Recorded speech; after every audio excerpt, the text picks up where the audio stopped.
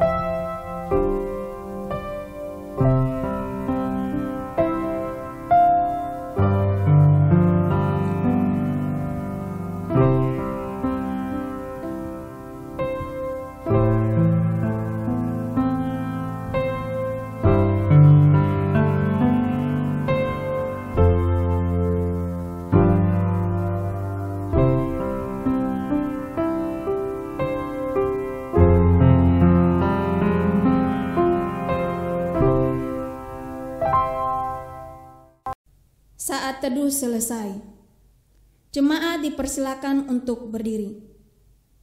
Ibadah kita hari ini terjadi hanya karena pertolongan dari Allah Tritunggal yang telah menciptakan langit dan bumi, yang memelihara kesetiaannya sampai selama-lamanya, dan yang tidak pernah meninggalkan perbuatan tangannya. Kiranya Allah Tritunggal memberkati ibadah kita pada pagi hari ini. Amin. Bapak, Ibu, Saudara dipersilakan untuk duduk. Bapak, Ibu, Saudara, minggu lalu dua peristiwa sejarah iman kekristenan yang kita peringati, yaitu Jumat Agung dan juga kenaikan Tuhan Yesus. Menghayati akan kasih Allah yang begitu besar bagi kita sebagai orang-orang yang berdosa. Putranya diberikan bagi kita kaum orang berdosa. Ia rela mati di salib. Dan pada hari yang ketiga dia bangkit. Ia menyelamatkan kita. Karena itu sebagai orang-orang yang sudah diselamatkan, kita patut memuliakan Tuhan. Mari kita memuji Tuhan. KPPK nomor 26, mulia bagi Allah. Bait 1 sampai 3. Bait yang ketiga jemaat diajak untuk berdiri.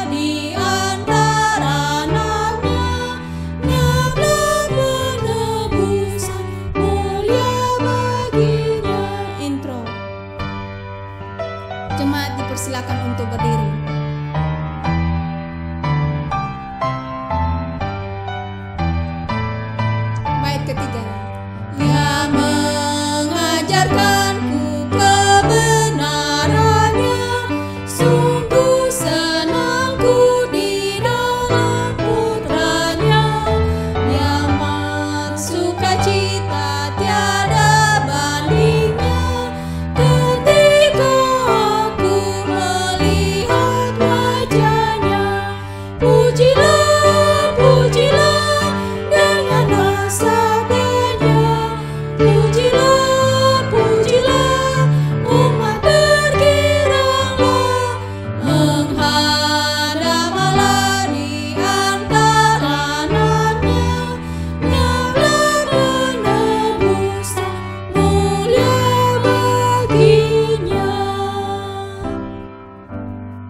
Sebagai orang percaya, marilah kita mengikrarkan pengakuan iman rasuli.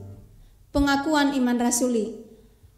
Aku percaya kepada Allah, Bapa yang Maha Kuasa, Halil langit dan bumi, dan kepada Yesus Kristus, Anaknya yang tunggal Tuhan kita, yang dikandung daripada Roh Kudus, lahir dari anak darah Maria, yang menderita sengsara di bawah pemerintahan Pontius Pilatus, disalibkan, mati dan dikuburkan, turun ke dalam kerajaan maut. Pada hari yang ketiga, bangkit pula dari antara orang mati, naik ke surga, duduk di sebelah kanan Allah, Bapa yang Maha Kuasa, dan dari sana Ia akan datang untuk menghakimi orang yang hidup dan yang mati. Aku percaya kepada Roh Kudus, gereja yang kudus dan am, persekutuan orang kudus, pengampunan dosa, kebangkitan tubuh, dan hidup yang kekal. Amin. Silakan duduk Bapak Ibu. Kita akan mempersiapkan hati kita untuk mendengarkan firman Tuhan yang disampaikan oleh penginjil Apri. Dalam Ibrani 4 ayat 12 berkata, sebab firman Allah hidup dan kuat dan lebih tajam daripada pedang bermata dua manapun. Ia menusuk amat dalam sampai memisahkan jiwa dan roh, sendi-sendi dan sumsum. Ia sanggup membedakan pertimbangan dan pikiran hati kita. Firman Tuhan itu firman hidup yang memberikan kehidupan kepada setiap orang yang percaya kepada Tuhan. Mari kita menaikkan pujian kepada Tuhan, mempersiapkan hati kita untuk mendengarkan sabda Tuhan. KPPK nomor 144, firman hidup. Bait yang pertama sampai bait yang ketiga.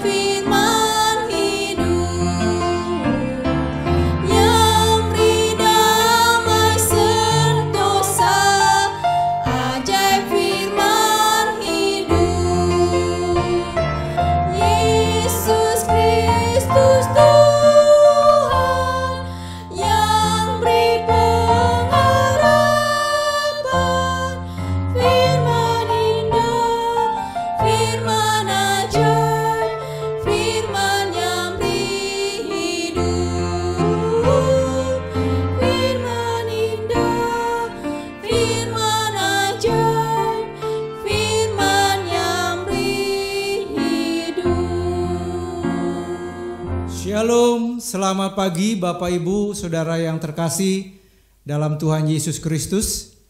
Apa kabarnya? Hari ini kita akan mendengarkan kebenaran firman Tuhan. Temanya adalah meneguhkan panggilan murid-murid. Dasar kebenaran firman Tuhan pada pagi hari ini diambil di dalam Lukas pasal yang ke-24 ayat yang ke-36 sampai dengan yang ke-49. Saya akan bacakan untuk Bapak Ibu Saudara sekalian ayat yang ke-44 saja sampai dengan yang ke-49.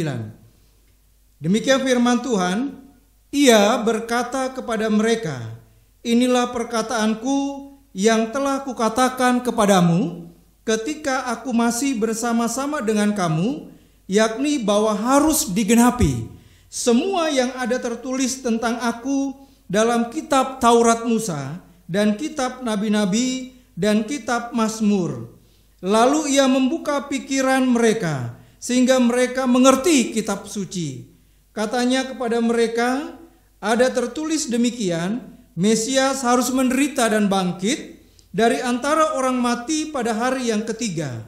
Dan lagi dalam namanya, berita tentang pertobatan dan pengampunan dosa harus disampaikan kepada segala bangsa mulai dari Yerusalem. Kamu adalah saksi dari semuanya ini. Dan aku akan mengirim kepadamu apa yang dijanjikan Bapakku, tetapi kamu harus tinggal di dalam kota ini sampai kamu diperlengkapi dengan kekuasaan dari tempat tinggi. Mari kita berdoa sebelum kita mendengarkan kebenaran firman Tuhan. Terima kasih Tuhan, kami bersyukur saat ini kami boleh mendengarkan kebenaran firman-Mu. Berkati setiap umat-Mu yang akan mendengarkan firman dan hamba-Mu yang akan menyampaikan kebenaran firman-Mu. Di dalam nama Tuhan Yesus kami telah berdoa dan mengucap syukur kepada-Mu. Bapak Ibu Saudara yang terkasih dalam Tuhan Yesus Kristus, bagian ini berbicara tentang penampakan Yesus kepada murid-muridnya. Kalau kita simpulkan penampakan Yesus kepada murid-muridnya, ini intinya adalah meneguhkan panggilan murid-murid. Kita tahu bahwa awal dipanggil, saudara, kemudian Tuhan Yesus dalam Lukas pasal 5 ayat yang ke-10 memanggil Simon, kemudian memanggil Yakobus, memanggil Yohanes untuk kemudian menjadi penjala manusia. Yesus berkata, ikutlah aku dan aku akan menjadikan engkau sebagai penjala manusia. Baru kemudian pasal yang kelima, Yesus memanggil murid-muridnya yang lain dengan panggilan yang sama untuk mereka menjadi penjala manusia. Tetapi Bapak Ibu Saudara sekalian, setelah kematian Tuhan Yesus, ya, apa yang terjadi dengan mereka? Mereka kembali kepada pekerjaan mereka, menjadi penjala ikan. Itu yang dikatakan di dalam Yohanes pasal yang ke-21 ayat yang ketiga, saudara. Petrus berkata kepada murid-murid yang lain, aku akan pergi untuk menjala ikan. Dan kemudian murid-murid yang lain ikut dengan Petrus untuk menjala ikan. Barulah setelah Yesus menampakkan diri kepada murid-murid, panggilan untuk menjadi penjala ikan diteguhkan kembali.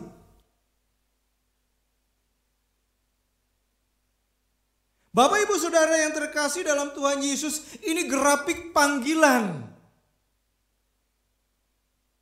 murid-murid yang mengalami pasang surut, saudara.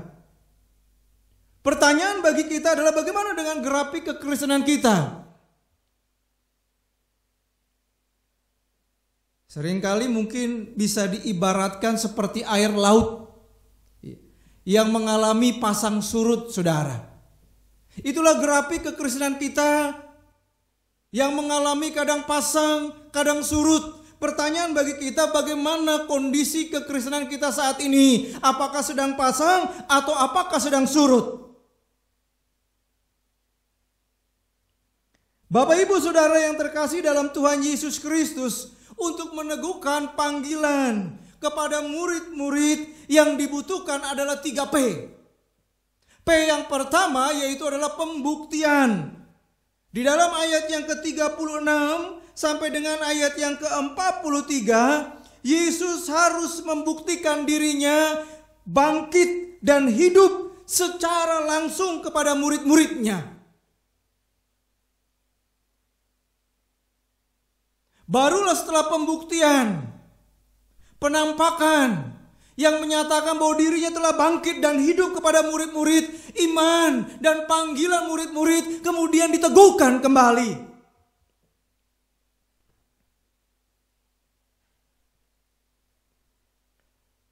Bapak Ibu Saudara yang terkasih dalam Tuhan Yesus Kristus, kenapa Yesus harus membuktikan dirinya kepada murid-murid? Karena kalau kita lihat di dalam pasal 24 ayat yang ke-11, ketika perempuan-perempuan pergi ke kubur Yesus, kemudian kubur itu kosong, dan kemudian 2 orang malaikat menampakkan diri dan menyatakan bahwa Yesus sudah bangkit, dia hidup saudara. Kemudian perempuan-perempuan itu menjumpai murid-murid dan mengatakan peristiwa tentang kebangkitan Yesus. Tetapi kemudian dikatakan di dalam ayat yang ke-11, tetapi bagi mereka perkataan-perkataan itu seakan-akan omong kosong dan mereka tidak percaya kepada perempuan-perempuan itu. Ke-11 murid Tuhan Yesus tidak percaya akan apa yang disampaikan oleh wanita-wanita itu tentang kebangkitan dan Yesus yang telah hidup kembali.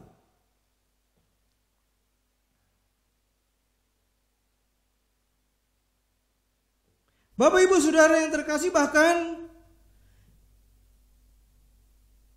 berita perjumpaan 2 orang murid yang sedang pergi ke Emmaus, di dalam perjalanan kemudian berjumpa dengan Tuhan Yesus. Setelah mengalami perjumpaan itu, 2 orang murid ini pergi kepada ke-11 murid menyampaikan berita tentang perjumpaan secara pribadi mereka dengan Tuhan Yesus. Itulah sebabnya kemudian dikatakan ayat yang ke-36, dan sementara mereka bercakap-cakap tentang hal-hal itu, barulah Yesus tiba-tiba berdiri di tengah-tengah mereka. Dan saya percaya berita tentang kebangkitan dan Yesus yang hidup yang disampaikan oleh 2 orang murid Yesus yang sedang pergi ke Emmaus pasti juga dianggap sebagai omong kosong. Tidak dipercaya oleh ke-11 muridnya. Itulah sebabnya untuk meneguhkan panggilan murid-murid, Yesus sendiri harus menampakkan dirinya secara langsung kepada mereka. Meskipun di awal penampakan kemudian murid-murid berkata itu hantu. Murid-murid terkejut dan takut dan mengira bahwa Yesus yang hadir di tengah-tengah mereka itu adalah hantu. Tetapi kemudian Yesus membuktikan diri bahwa dia bukan hantu. Bahwa dirinya adalah Yesus, Tuhan dan Guru bagi murid-muridnya.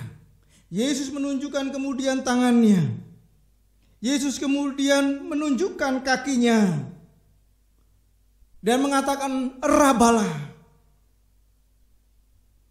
Setelah itu kemudian Yesus juga berkata kepada mereka, apakah padamu ada makanan di sini? Dan kemudian Yesus makan makanan yang disediakan oleh murid-muridnya. Barulah mereka percaya bahwa itu bukan hantu. Barulah mereka percaya bahwa itu adalah Tuhan Yesus. Barulah mereka percaya bahwa Yesus sudah bangkit. Barulah mereka percaya bahwa Yesus hidup.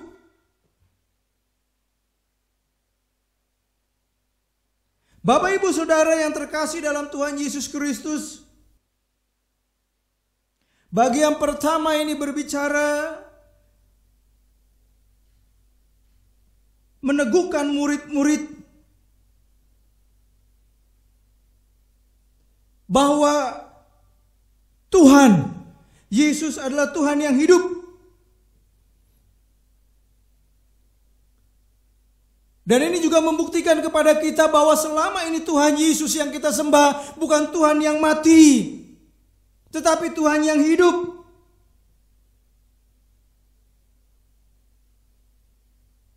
Itulah sebabnya Bapak Ibu Saudara yang terkasih dalam Tuhan Yesus, jangan takut untuk menjalani kehidupan ini. Karena kita berjalan dengan Allah yang hidup.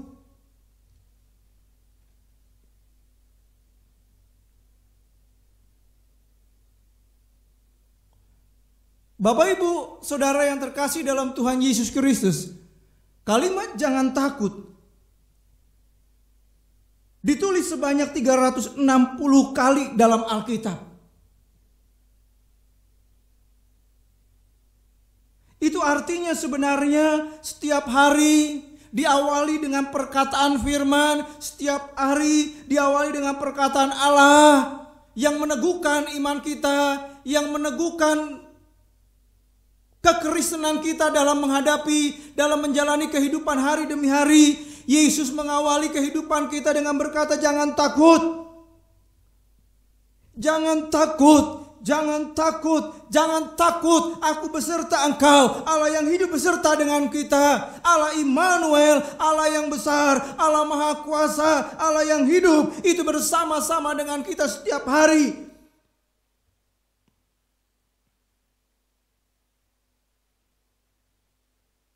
Saudara, bagian ini penting bagi kita, bagi orang Kristen saat ini. Terlebih di tengah-tengah situasi kondisi saat ini, saudara. Wabah virus COVID-19 menjadi ketakutan semua manusia yang ada di dalam dunia ini, saudara.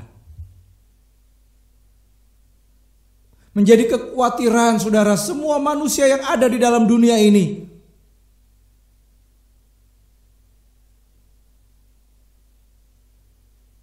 Terutama berkaitan tentang ekonomi.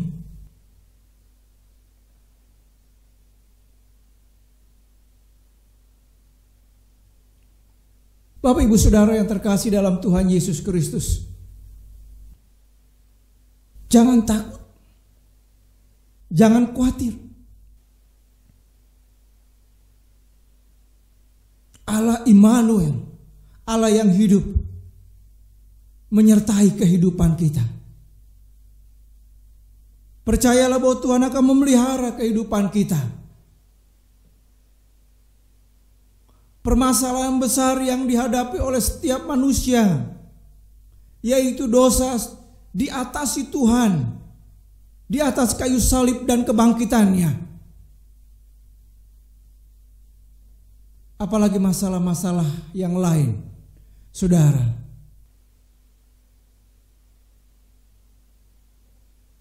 Tuhan pasti akan menyertai kita. Berserah dan terus berharap kepadanya. Bagian yang kedua, saudara, P yang kedua, untuk meneguhkan panggilan murid-murid, Yesus tidak hanya membuktikan bahwa dia adalah Allah yang hidup, tetapi untuk meneguhkan panggilan murid-murid, saudara, P yang kedua berkaitan tentang penggenapan. Ayat yang ke-44 sampai dengan ayat yang ke-46. Yesus harus menyatakan kepada murid-murid bahwa apa yang terjadi dengan dirinya, bahwa Mesias dikatakan di dalam ayat yang ke-46 bahwa Mesias harus menderita dan bangkit dari antara orang mati pada hari yang ketiga. Itu adalah penggenapan dari nubuatan-nubuatan yang ada di dalam Alkitab, saudara.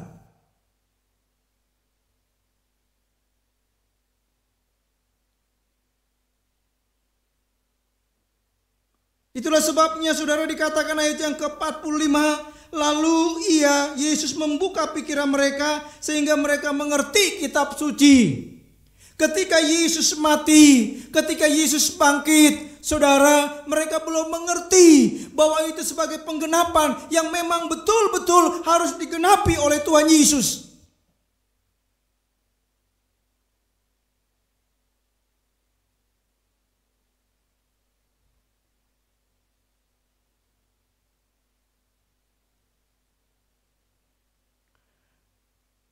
Bahkan apa yang akan terjadi dengan dirinya. Berkaitan tentang penderitaan dan kebangkitannya.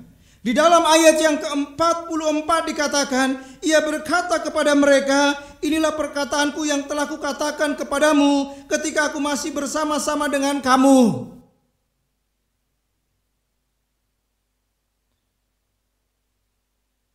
Padahal saudara, penderitaan dan kebangkitan tentang dirinya sudah disampaikan bahkan ketika Tuhan Yesus masih bersama-sama dengan murid-muridnya. Di dalam Injil Lukas saudara, itu disampaikan Tuhan Yesus bahkan sebanyak 3 kali. Di dalam Lukas pasal 9 ayat yang ke-22.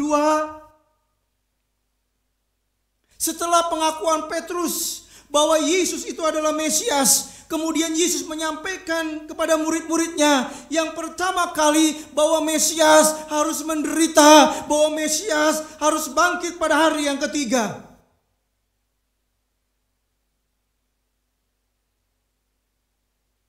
Diulangi lagi dalam penjelasan Yesus yang kedua kepada murid-muridnya di dalam Lukas pasal yang ke-9 ayat yang ke-44 saudara. Setelah banyak orang takjub karena Yesus mampu mengusir setan dari seorang anak yang sedang sakit saudara. Kemudian Yesus menyampaikan bahwa dirinya harus menderita dan bangkit. Mati dan kemudian bangkit pada hari yang ketiga. Disampaikan lagi yang ketiga kali di dalam Lukas pasal yang ke-18 ayat yang ke-32 sampai yang ke-33. Setelah Yesus menjelaskan upah mengikut Yesus, kemudian Yesus menyampaikan tentang penderitaan yang akan dialami dirinya, bahkan kematian dan kebangkitannya pada hari yang ketiga, saudara.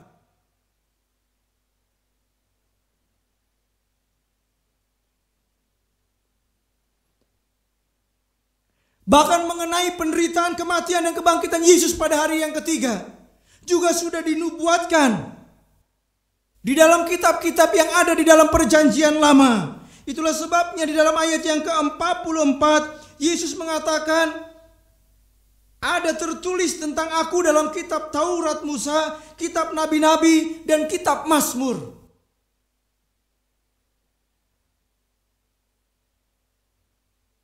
Sebagai contoh saudara, dalam kitab nabi-nabi, di dalam Yesaya 53 ayat yang ketiga dikatakan bahwa Sang Mesias akan ditolak.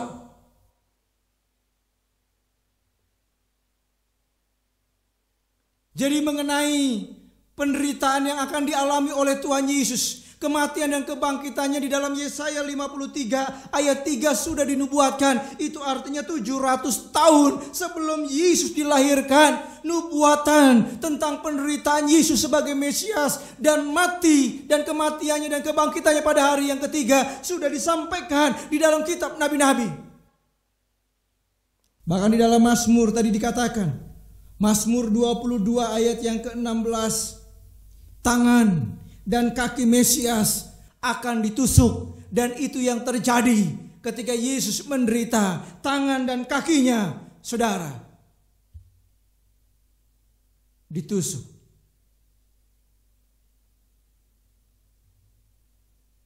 Untuk meneguhkan panggilan murid-murid, Yesus harus menjelaskan nubuatan-nubuatan yang ada di dalam kitab suci, saudara, supaya mereka mengerti bahwa penderitaannya, kematian dan kebangkitannya pada hari yang ketiga memang sudah dinubuatkan dan sudah diberitahukan kepada murid-murid sebelum Yesus pun mengalami akan hal itu.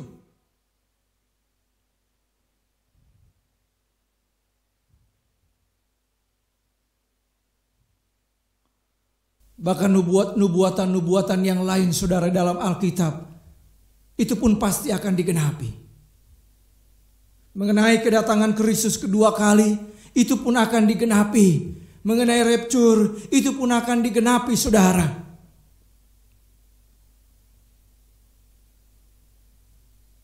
Itulah sebabnya Bapak Ibu Saudara yang terkasih dalam Tuhan Yesus, teguhkan hati kita.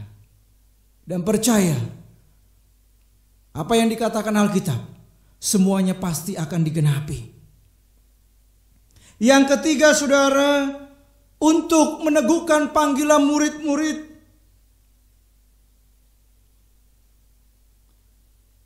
bukan hanya Yesus harus membuktikan dirinya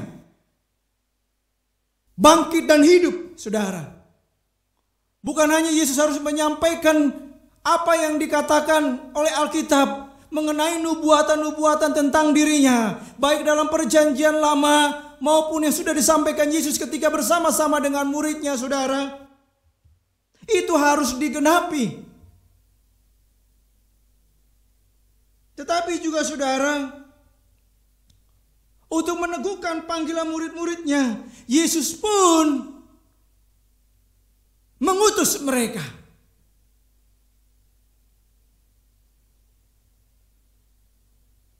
Ayat yang ke-47 sampai dengan yang ke-49, saudara, dikatakan, dan lagi dalam namanya berita tentang pertobatan dan pengampunan dosa harus disampaikan kepada segala bangsa, mulai dari Yerusalem. Kamu adalah saksi dari semuanya ini, dan aku akan mengirim kepadamu apa yang dijanjikan Bapa-Ku. Bapak, Ibu, saudara yang terkasih dalam Tuhan Yesus Kristus, seorang hamba Tuhan bernama David Bryan membedakan dua macam orang Kristen. Yang pertama, orang Kristen duniawi. Apa yang dimaksud dengan orang Kristen duniawi? Menurut David Bryan, orang Kristen duniawi adalah mereka yang sudah diselamatkan tetapi tidak tertarik membawa atau memberitakan keselamatan pada dunia.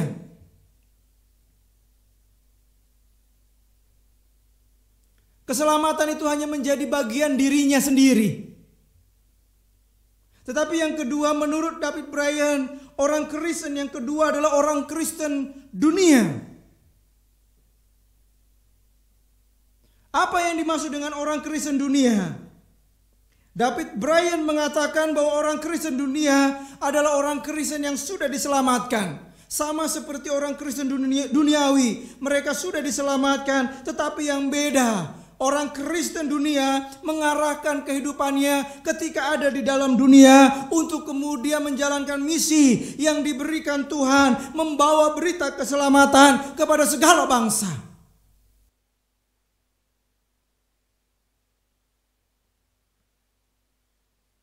Bapak, Ibu, saudara yang terkasih dalam Tuhan Yesus Kristus, penampakan Yesus kepada murid-muridnya meneguhkan panggilan mereka kembali.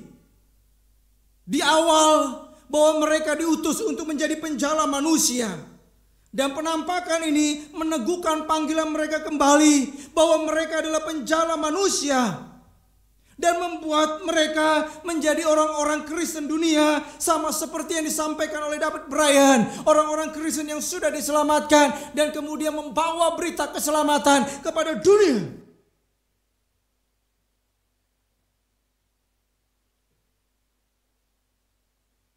Bapak, Ibu, saudara yang terkasih dalam Tuhan Yesus Kristus, peneguhan panggilan kepada murid-murid mulai saat itu membawa dampak yang luar biasa, membawa dampak yang signifikan terhadap jumlah pengikut Tuhan Yesus. Dan itu tercatat di dalam Kisah Para Rasul, saudara. Dimulai dari 120 orang. Petrus berkhotbah, menyampaikan berita Injil kepada banyak orang. Ada 3.000 orang yang kemudian merespon khotbah dari Petrus dan kemudian menerima Yesus sebagai Tuhan dan Juru Selamat secara pribadi. Mereka kemudian bertobat dan memberi diri dibaptis, dan mereka menjadi pengikut Yesus. Dari 120 menjadi 3.000 orang, kemudian dijelaskan menjadi 5.000 orang, dan kemudian seterusnya pengikut Yesus semakin hari semakin bertambah, karena dikatakan bahwa setiap hari Tuhan menambahkan setiap orang-orang yang percaya kepadanya. Pengikut Yesus bertambah bukan hanya jumlah, tetapi secara geografis pengikut Yesus bertambah. Pengikut Yesus bukan hanya ada di Yerusalem, tetapi mulai dari kisah para rasul, pengikut Yesus mulai menyebar, saudara. Bahkan penganiayaan membuat mereka tidak berhenti untuk memberitakan Injil. Bahkan ketika mereka sampai ke Antioquia, mereka memberitakan Injil, dan ada orang yang percaya kepada Yesus. Bahkan mereka pergi ke Roma, ada orang yang percaya kepada Yesus karena pemberitaan mereka. Bahkan pemberitaan itu sampai ke Indonesia. Banyak orang yang akhirnya kemudian percaya kepada Tuhan. Bapak Ibu Saudara yang terkasih dalam Tuhan Yesus Kristus, pengutusan untuk menjadi agen misi, memberitakan keselamatan itu bukan hanya menjadi tugas dan tanggung jawab murid-murid pada waktu itu, tetapi itu juga menjadi tanggung jawab dan tugas kita sebagai orang percaya.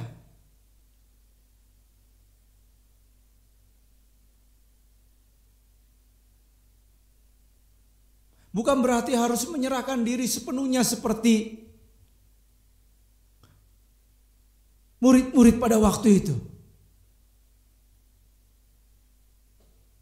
Hidupnya memang untuk memberitakan Injil.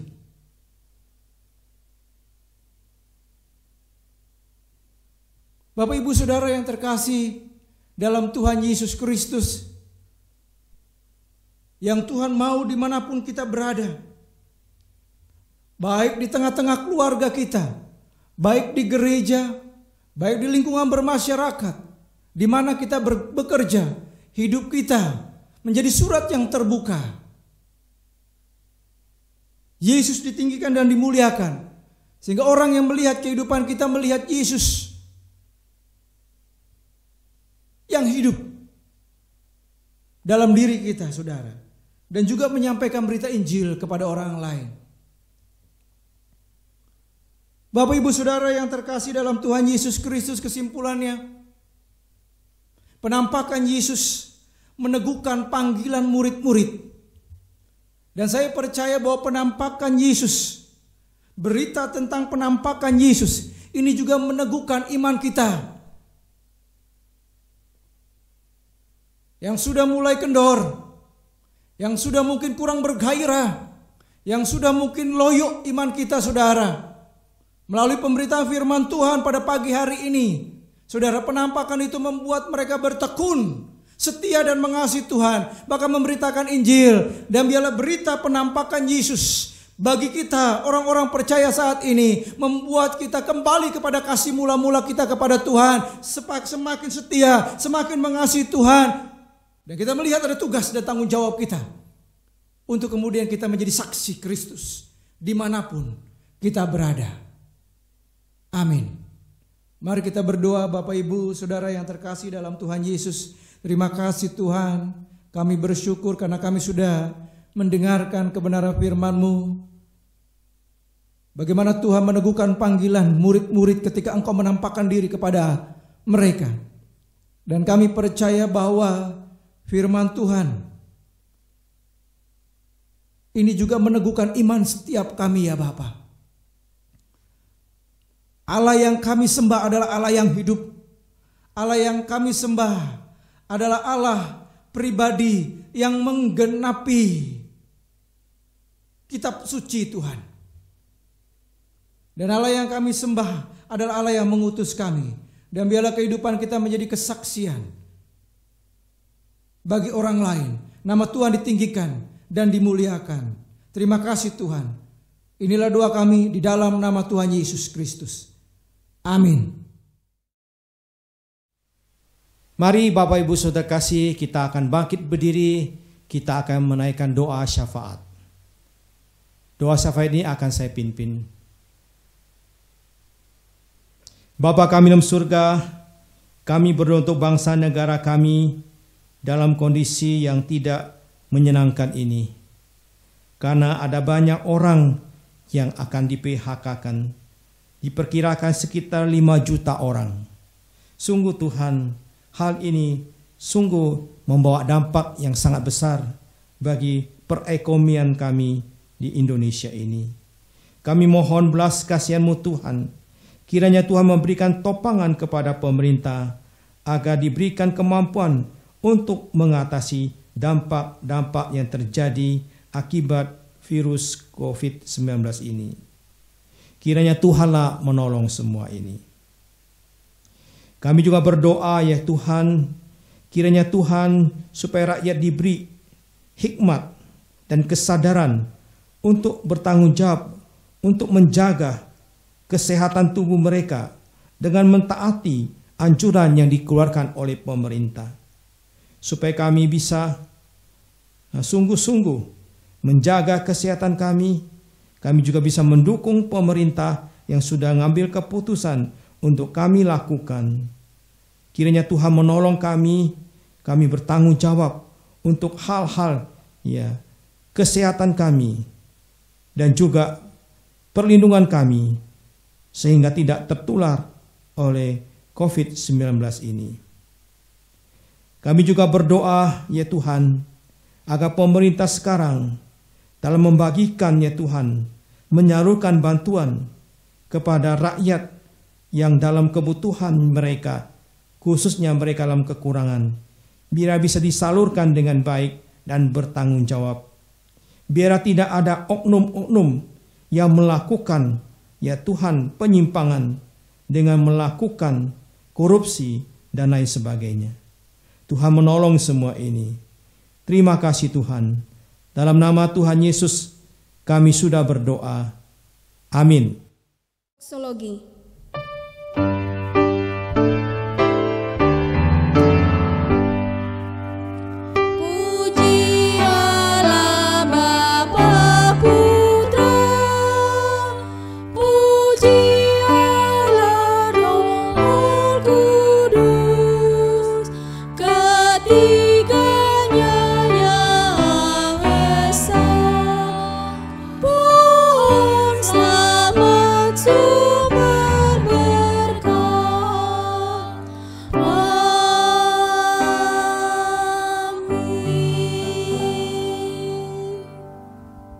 Jemaat yang kekasih, mari sekarang kita arahkan seluruh hati, jiwa, roh kita kepada Tuhan. Dia sumber berkat, akan memberkati kita sekalian. Kiranya cinta kasih daripada Allah Bapa yang tidak berkesudahan selalu ada di atasmu, dan damai sejahtera dari Tuhan kita Yesus Kristus kiranya terus menerus memenuhi hati dan pikiranmu. Pertolongan, penghiburan, gerakan Roh Kudus senantiasa diam menyertai kehidupanmu mulai hari ini hingga sampai selama-lamanya. Amin.